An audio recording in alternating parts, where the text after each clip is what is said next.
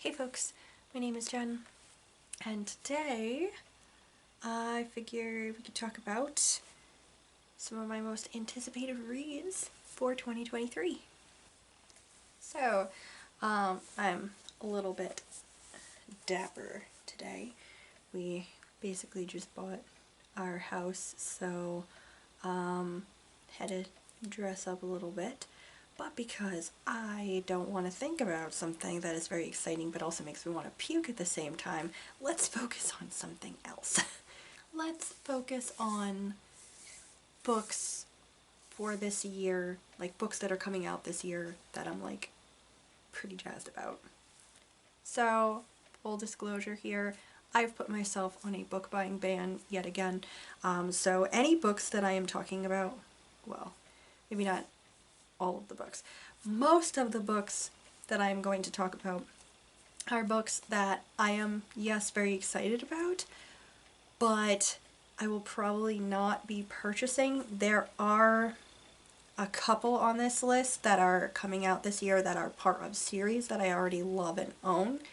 Those are probably the books that I'm going to be spending money on.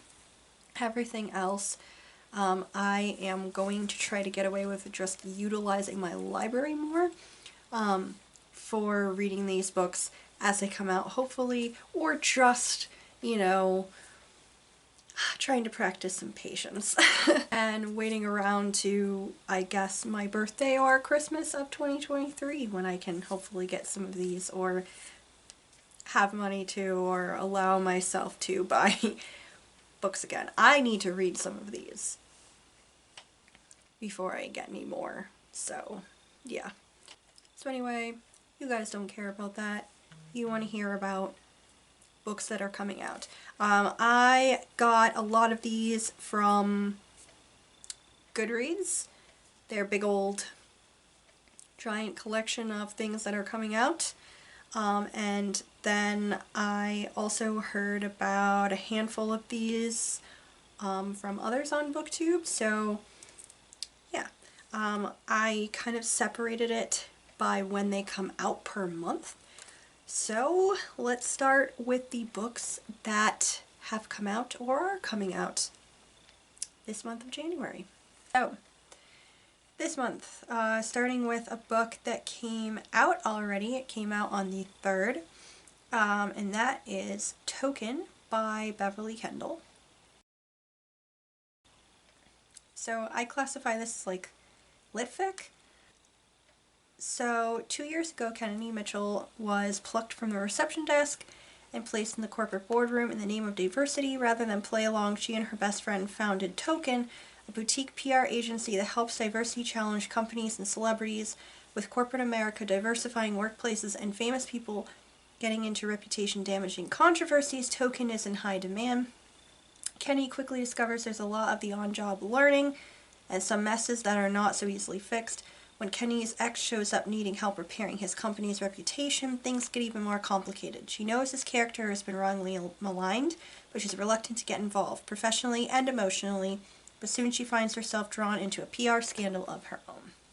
So, that sounds super interesting. It's ticking a couple of boxes for me. Diversity reading as well as sounds like potential romancy. So that sounds pretty cool. I think that possibly this will be coming out after these books come out. I don't know. See when I put this video up. But so we have 2 books that are coming out or have come out already on January 10th. The first of these is a mystery, and it is called Bad Cree by Jessica Johns. And says this gripping debut is tinged with supernatural horror. A young Cree woman's dreams lead her on a perilous journey of self-discovery that ultimately forces her to confront the toll of a legacy of violence on her family, her community, and the land that they call home. It looks like it's set in Canada. And it sounds kind of scary in parts. I'm very intrigued by this. And then also on the 10th, there is a fantasy slash romance, perhaps. Coming out is Emily Wilde's Encyclopedia of Fairies by Heather Fawcett. It says, a curmudgeonly professor journeys to a small town in the far north to study fairy folklore and discovers dark fae magic, friendship, and love in this heartwarming and enchanting fantasy. So, okay, we've got academic stuff, we've got small town, we've got some friendship and love and magic stuff, folklore. That ticks a lot of boxes for me. I haven't read that many books about fairies because, to be honest, I don't really like reading books about fairies that often. But this one does seem that it's different than the fairy type stuff that I have a problem with. So I think this will be ultimately something that is pretty good overall. Coming out on the 17th, there is How to Sell a Haunted House by Grady Hendrix. So this is one that I talked about last year, I believe, and then I think that either I read the date wrong or the date changed. But this, there's more information on it now. It says that every childhood home is haunted. Each of us are possessed by our parents. When their parents die at the tail end of the coronavirus pandemic, so recent, that's hard. Louise and Mark Joyner are devastated, but nothing can prepare them for how bad things are about to get. The siblings are almost totally estranged and couldn't be more different, but however, they don't have a choice to get along. The virus is past. Wishful thinking. Both of them are facing bank accounts ravaged by economic meltdown. One asset is their childhood home. They need to get it on the market as soon as possible because they need the money. Yet before their parents die, they tape newspaper over the mirrors and nailed shut the attic door. And so this basically looks like it's them dealing with the haunted house and their own, like, potential childhood trauma. Which, hey, that ticks a couple of boxes for me too, so very interested to read that. I have heard mixed things about Grady Hendrix's writing. So that one I'm like both excited but also a little nervous about, but still. Then on the 19th, there is the Mysterious Case of the Alperton Angels, and that is by Janice Hallett. So this one also ticks a couple of boxes for me because it involves like true crime stuff and like weird culty shit.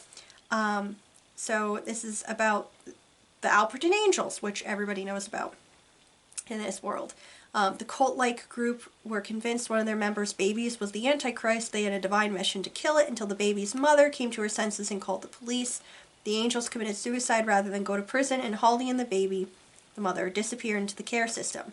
2 decades later, true crime author Amanda Bailey is writing a book about them. The Alberton baby has turned 18 and can finally be interviewed. If Amanda can find them, it will be the true crime scoop of the year and will save her flagging career. But a rival author is just as smart, better connected, and also on the baby's trail. They are forced to collaborate and realize what everyone thinks they knew about the angels is wrong, and the truth is much darker than you ever imagined. So, you know, we got some dark shit, we got some culty shit, we got some true crime. That sounds really cool. Then on January 24th, we have episode 13 by Craig DeLuey. So, a ghost hunting reality TV crew gain unprecedented access to an abandoned and supposedly haunted mansion, which promises a groundbreaking 13th episode. But as they uncover the secret history of the house, they learn that reality TV might be all too real. So, this was nominated for the Bram Stoker Award, so that's cool. So, again, ticking some boxes for me. We got ghost hunting. We have a haunted mansion. Like, haunted houses are my favorite, like, horror trope, to be honest. So, it says that This is a story told in broken pieces, tapes, journals, correspondence, and research files about episode 13 and how everything went horribly wrong. So this kind of sounds almost like one of those found footage films, but in book form.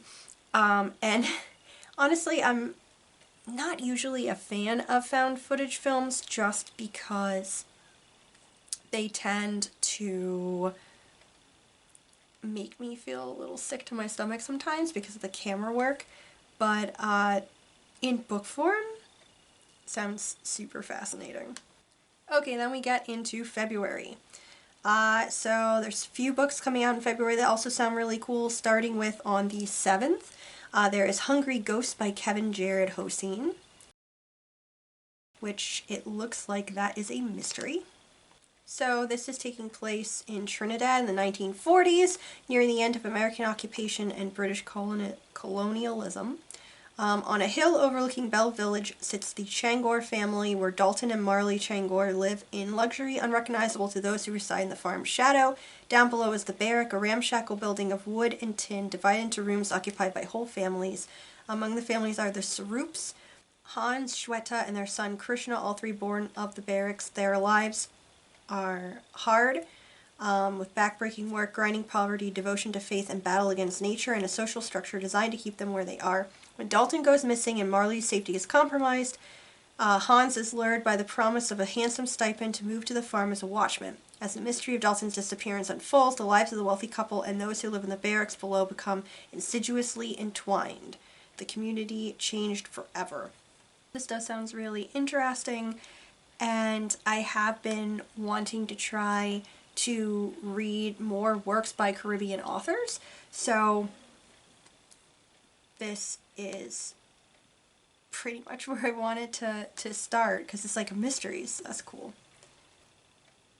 Then on Valentine's Day, February 14th, we get On Air with Zoe Washington, which is by Janae Marks. So in 2021, I read From the Desk of Zoe Washington, and it was one of my best books that I read that year. I absolutely loved that book. I still think about that book fondly. So this is basically a sequel to that book, following the events. So if you haven't read From the Desk of Zoe Washington, which you should, I'm not going to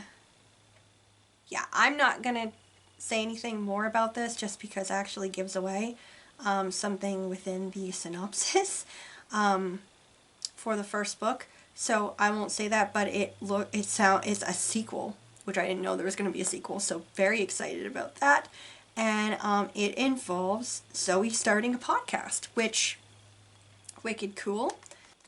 Then there's 3 books coming out on the 21st that I'm pretty interested in. The first of these is called The Magician's Daughter, and this is by H.G. Perry. It's set in 1912 on Heeeey, Brazil, which is a legendary island off the coast of Ireland, hidden by magic and glimpsed by rare travelers. Biddy was orphaned in a shipwreck there, and she grew up on the island. It's her home. The magician of the island, Rowan, is her guardian. As her 17th birthday approaches, she feels very stifled by her solitude and frustrated by Rowan's refusal to let her leave the island. He himself leaves almost every night, transforming into a raven and flying to the mainland. One night he fails to come home, and Biddy ventures into his nightmares to rescue him and learns not only where he goes every night, but the terrible things that happened in the last days of magic that caused Rowan to flee to Heeeey, Brazil. So this actually looks like it takes you to Whitechapel, a secret garden, secret castle beneath London streets, ruins of ancient civilization, a whole bunch of shit about magic. It sounds super cool. I actually recently listened to a podcast episode about Heeeey, Brazil. I feel like I am mispronouncing this island. But it piqued my interest in it because I hadn't heard of it before. So when I found that this book had to do with magic and secrets and is largely set on that island, I was like, okay, I gotta read that. One of the other books that comes out on the 21st is a piece of nonfiction. And this book is Wolfish, Wolf, Self, and the Stories We Tell About Fear.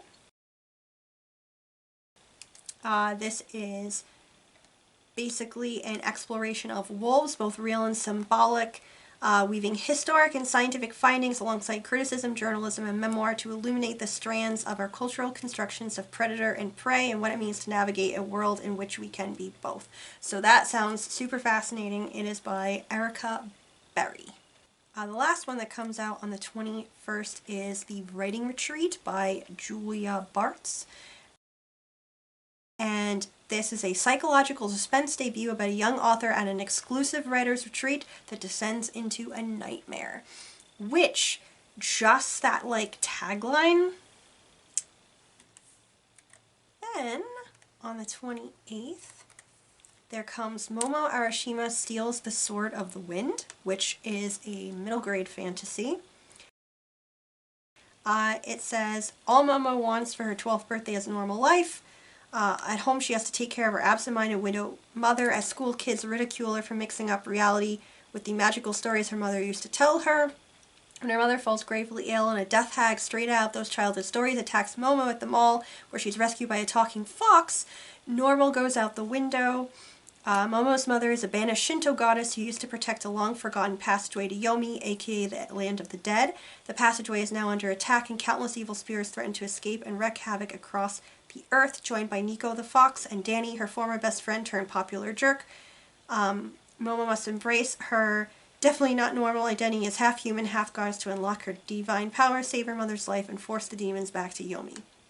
It's like Japanese-inspired middle-grade fantasy, which is like, again, ticks some major boxes for me because honestly, out of every like age group in fantasy, I overall prefer middle grade to young adult or adult. So there's one. There's two is that this has to do with like Japanese folklore, and since I really like love Japan and I'm interested in it, and yeah, so I'm pretty excited about that one. Then when you get into March, there's a bunch coming out in March. The first of these is coming out on March 2nd, and it's actually another fantasy. It is The Adventures of Amina al-Sarafi, and this is by S.A. Chakraborty. This is the first in a new trilogy of magic and mayhem on the high seas. In this tale of pirates and sorcerers, forbidden artifacts, and ancient mysteries, one woman's determined quest to seize a final chance at glory and write her own legend. So it's basically, Amina is like one of the most notorious pirates, and she basically decides to have one last adventure with her crew. I mean, fantasy pirates, love it. Then there are several books coming out on March 7th that I'm pretty interested in. The first of these is The Golden Spoon, and that's by Jessup Maxwell. So this says, it's a killer is on the loose when someone turns up dead on the set of a hit TV baking competition in this darkly beguiling debut mystery. So it's like the 10th season of Bake Week is ready to begin. The gothic estate of host and celebrity chef Betsy Martin. Everything seems perfect. The tent is up. Okay, this is like Bake Off. It looks like everything seems to be, there's merely sabotage at first, sugar replaced with salt, burner turned up too high, but then unfortunately someone's murdered. So again, ticking boxes for me. We got mystery, we have like a Bake Off knockoff. Yeah, that sounds really cool. Then we have one that's interesting in a couple of ways. It is A Most Intriguing Lady by Sarah Ferguson. This is a sweeping, romantic, compulsively readable historical saga about a duke's daughter, the perfect Victorian lady who secretly moonlights as an amateur sleuth for high society's inner circle. This is like a niche thing that I'm very interested in. And also, funnily enough, I said Sarah Ferguson, aka the Duchess of York. So like, This is the lady who was married formerly to Prince Andrew, who's a naughty boy. I guess I don't want to get into royal stuff because I'm going to get it wrong. But, yeah. So this, yeah. So she is that lady. And she apparently is writing a, like, Victorian era high society mysteries. That's also interesting. Okay, another book coming out on March 7th is The Moth Keeper by Kay O'Neill. It says, being a moth keeper is a huge responsibility and a great honor, but what happens when the new moth keeper decides to take a break from the moon and see the sun for the first time? It's a middle-grade fantasy graphic novel about passion, duty, and found family. Found family, that's what you had to say to me. Also, it's a middle-grade graphic novel, fantasy. Yes. Then on March 13th, there is A Bit of Earth by Karuna Riazi. So here's what it says. Maria Latif is used to not having a space of her own. But what happens when she finds a sudden urge to put down roots in the most unexpected of places? This is a tender coming-of-age story about friendship, family, and new beginnings. A Bit of Earth is a reimagining of the classic The Secret Garden. So Maria grew up in, like, Pakistan, and she is orphaned. Her guardians end up shipping her off to live on Long Island. And yeah, it seems like this is basically a retelling of The Secret Garden, and I'm into it. Okay, then there are a couple of books coming out on March 21st that I'm interested in. The first of which is the London Seance Society. So this is set in 1873. At an abandoned chateau on the outskirts of Paris, a dark seance is about to take place, led by acclaimed spiritualist Vaudeline Delaire, known worldwide for her talent in conjuring the spirit of murder victims to ascertain the identities of the people who killed them. She is highly sought after by widows and investigators alike. Lena Wicks has come to Paris to find answers about her sister's death, but to do so she must embrace the unknown and overcome her own logic-driven bias against the occult. When Vaudeline is beckoned to England to solve a high-profile murder, Lena accompanies her as an understudy. The women team up with a powerful man of London's exclusive seance society to solve the mystery. So, we've got some seance-y, creepy bits. We've got, you know, horror elements, mystery elements. It sounds pretty cool. There is a book coming out called Lone Women. Says it is a haunting new vision of the American West, set in 1914. And it is about Adelaide Henry, who carries an enormous steamer trunk with her wherever she goes. It's locked at all times because when the trunk is opened, people around her start to disappear. It says her secret sin killed her parents. She was forced to flee her hometown in California and make her way to Montana as a homesteader. She drags the trunk with her at every stop and will be one of the lone women taking advantage of the government's offer of free land to those who can cultivate it. Except she isn't alone. The secret she tries so desperately to lock away might be the only thing keeping her alive. It's like, what's in the trunk?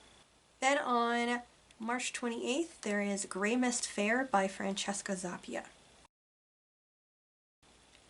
So, it says that Grey Mist Fair is a suspenseful, inventive murder mystery inspired by lesser-known fairy tales of the Brothers Grimm. It says that a young tailor discovers a body on the road. Her search for a culprit reveals even more strange and dark happenings around her town of Grey Mist Fair. Fantasy and mystery elements. Okay. Then there's one that is, it sounds kind of fucked up to be honest, but I think I'm down with it. It comes out on March 29th. And It is called Everyone in My Family Has Killed Someone. So this is by Benjamin Stevenson. It says that everyone in my family has killed someone. Some of us, the high achievers, have killed more than once. I'm not trying to be dramatic, it's the truth. Some of us are good, others are bad, and some just unfortunate. I'm Ernest Cunningham, call me Ern or Ernie. I wish I'd killed whoever decided our family reunion should be at a ski resort, but it's a little more complicated than that. Have I killed someone? Yes, I have. Who was it? Let's get started. So it's like, okay, what is happening in this story? I don't know, but I think I'm interested. Okay, then we get into April. So there's a bunch of stuff coming out on April 4th. So the first of these is Anna Maria and the Fox. This is a forbidden love between a Mexican heiress and a shrewd British politician. It is set during like London's Victorian season, and it's apparently during the French occupation of Mexico, which I did not know was a thing, actually. I know Spain occupied Mexico for a long time, and I know that we kind of did, right? Or part of it, or something. Technically, I got a little iffy on that part of history, but did not know that France occupied any part of Mexico at all, so that's very interesting, because again, didn't know that. This is, yeah, a historical romance, kind of. Always up for historical romances. Then we have another historical fiction book that seems like it's kind of a mystery also, perhaps. It is called Cursed Bread by Sophie McIntosh. So this is actually about the real unsolved mystery of the 1951 mass poisoning of a French village. And I've listened to like a couple of different podcast episodes about this poisoning of this town. So yeah, it's it's really interesting. I'm very excited that there is a mystery about this. Also on the 4th comes a book that I'm also kind of iffy on because it sounds kind of interesting, but I don't know. It is The Last Heir to Blackwood Library, and it's by Hester Fox. So it takes place in post-war World War I England, when a young woman inherits a mysterious library and must untangle its powerful secrets. Also on April 4th, we get Spellbound, and that is by F.T. Lukens. And this is featuring two rival apprentice sorcerers who must team up to save their teachers and protect their own magic in a lively young adult romantic adventure. So it looks like we've got some LGBTQ rep in here. And I mean, the cover itself, I'll have flashed it up by now, but the cover itself is very intriguing to me. Okay, then on April 18th, there's another historical fiction book coming out, and it is The Golden Doves by Martha Hall Kelly. This is about two former female spies who are bound together by their past, risking everything to hunt down an infamous Nazi doctor in the aftermath of World War II. Perfect. Love it. Okay, then on April 21st comes one that I'm pretty excited about, and so I know I said that I have a book buying ban in effect, and there's only a couple of books that are parts of series that I'm going to allow myself to buy. This one I might break that for slightly because it sounds exactly like my type of shit. So I might allow myself to get this, or because it's pretty soon in April, maybe I'll wait a couple of months and then allow myself to get this. But it is The Remarkable Retirement of Edna Fisher, and this is by E.M. Anderson. It's a geriatric turned chosen one who sets out to take down a sorcerer killing knights like her long dead son until abuse in the ranks makes her question who needs saving. Love it. Love it. It's like Miss Marple, but she is the chosen one and she's gonna like handle some shit. I love it. It sounds like exactly what I want. Sorry, if anything looks off, it's because I just had to fix my battery. Okay, continuing on with things, so we get into May. Sorry, I feel like I'm taking so long with this video. So, on May 2nd, we have a couple of books coming out. The first is Ellie Engel Saves Herself, and that is by Leah Johnson. And this is a middle grade book. It says that Ellie Engel doesn't stand out, not at home, and not at the bakery where she helps out, definitely not at school. A life in the shadows might seem boring or lonely, not to Ellie. As long as she has her best friend by her side and a comic book in her hand, she's quite content. When a freak earthquake hits her small town, Ellie wakes up with the power to bring anything back to life with just her touch. When a video of her using her power suddenly goes viral, her life goes somewhere she'd never imagined, straight into the spotlight.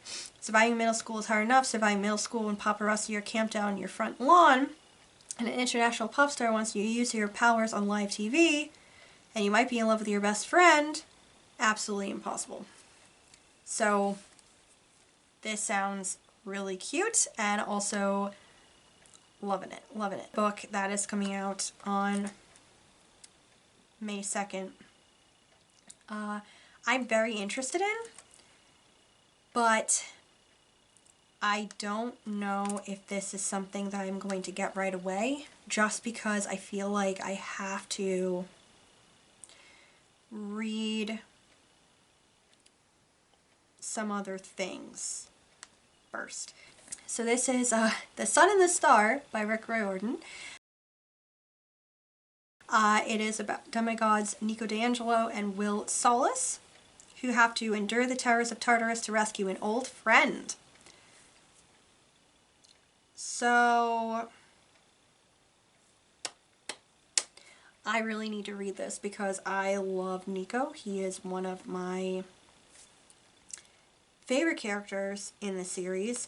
However, I'm thinking that based on one of the popular questions down below said, hey, do I need to read anything special? Like, is it okay if I've only read the first few books in the series?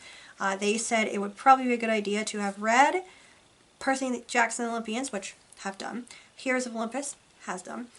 Trials of Apollo. Haven't done it. So, this I'm very excited about, but I think I can wait a little bit because I need to read, like, the Trials of Apollo before I read this book, but I want it. It's a book about Nico. Yeah. Okay, then on May 9th, we have another historical fiction that sounds super cool. It is The Water Outlaws, and that's by S.L. Huang.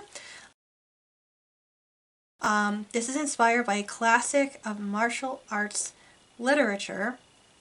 Water outlaws are bandits of devastating ruthlessness, unseemly femininity, dangerous philosophies, and ungovernable gender who are ready to make history or tear it apart. Yeah, that sounds really cool. Historical fiction, but like martial arts shit going on. Definitely want to check that out. Then on May 16th, we have Fake Dates and Mooncakes by Cher Lee.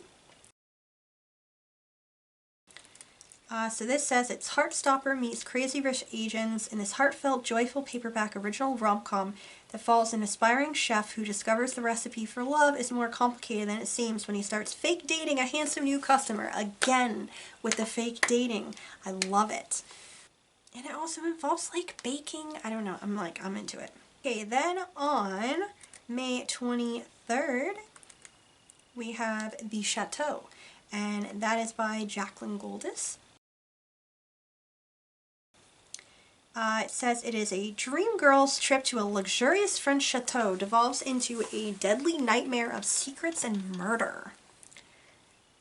So, again, this is ticking some boxes here.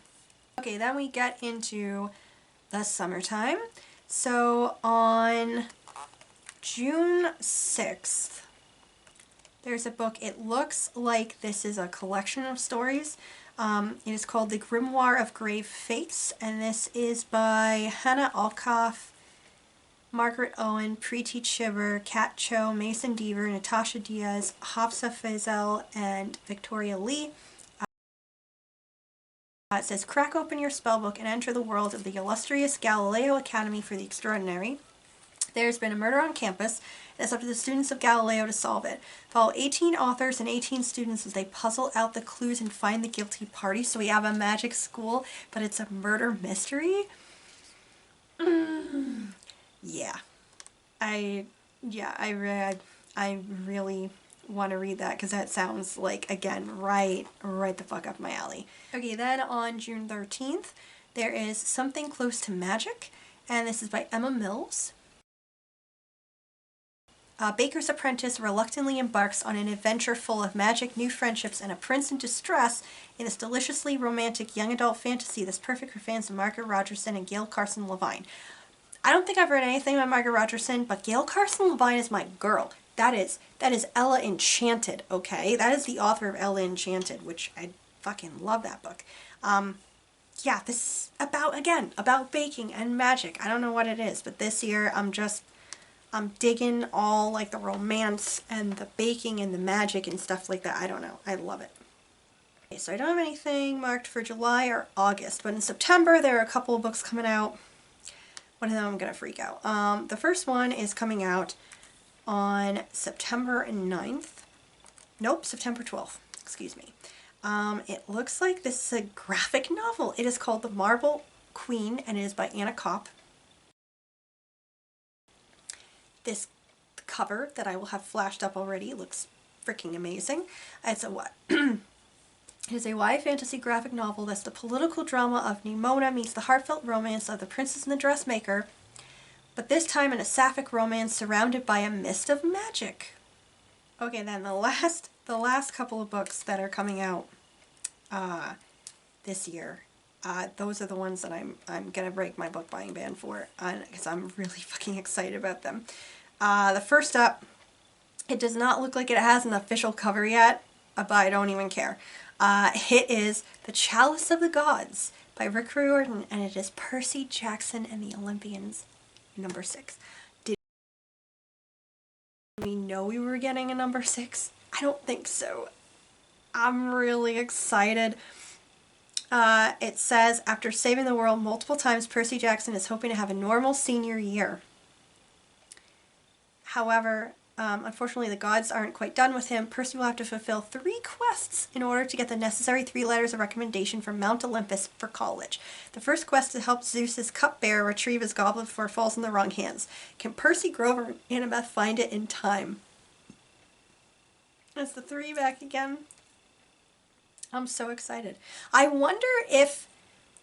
kind of wonder if just working on set with the 3 young actors who are going to be playing like these characters in like the series, I wonder if that like inspired him to like write about these guys again, or what, or maybe I don't know, but I didn't know we were getting a number 6. Did you guys know we were getting number 6? Because I certainly didn't. I'm freaking out. I'm very excited about this a lot. And then of course the last book that I am super anticipating for 2023 comes out on October 10th. Still don't have an official cover for this either, but can't help it, super excited. This was one I was disappointed. I thought it was coming out last year. Apparently I think I might have read the dates wrong. It's coming out this year. Silverborn, The Mystery of Morgan Crow. It is Nevermore book number 4 by Jessica Townsend. But yeah, this has to do more with people from Morgan's past, and it's like we know a little bit about her past, but not a lot. This one has to do with more people in her family and stuff. I am incredibly excited about this book, and I'm really excited that it's only like a few months, okay, several months away at this point. Yeah, I'm thrilled. So sorry guys if this was a bit of a long video. There's like a lot of books. I feel like there's a lot more books coming out this year that I'm more excited about than I was last year for stuff, possibly. But yeah, pretty thrilled. Again, I'm gonna try to really control myself this year and not like buy them because I need to read more of my unread. This is now all of my unread books are on this bookcase behind me now. And I really need to read more of them before I allow myself to buy more books. But yeah, there's like 3 on here, maybe 4, that I might break the book buying ban for just because. But I am really going to try to utilize the library more for when new books are coming out, if hopefully the library gets them. Whether that be physical copies I can take out or whether digital copies I can borrow. I'm hoping that will be possible because a lot of these I'm like super excited about, but I can probably wait a little while until I read them. There's some of them though that I'm really thrilled about, and I I hope are available to borrow pretty soon after they're released. But yeah. Anyway, that is everything I'm excited about that's coming out in 2023. Let me know if you guys are also excited about any of those down below. Let me know if there's any others that you're super jazzed about, if there's any based on what I shared below, if there's any that you know about that are coming out that you think I should know about. Yeah. Anyway, thank you guys so much for watching. Thank you for always watching. If you're new here and you would like to subscribe, please do so. And yeah, I will see you guys in the next video. Bye.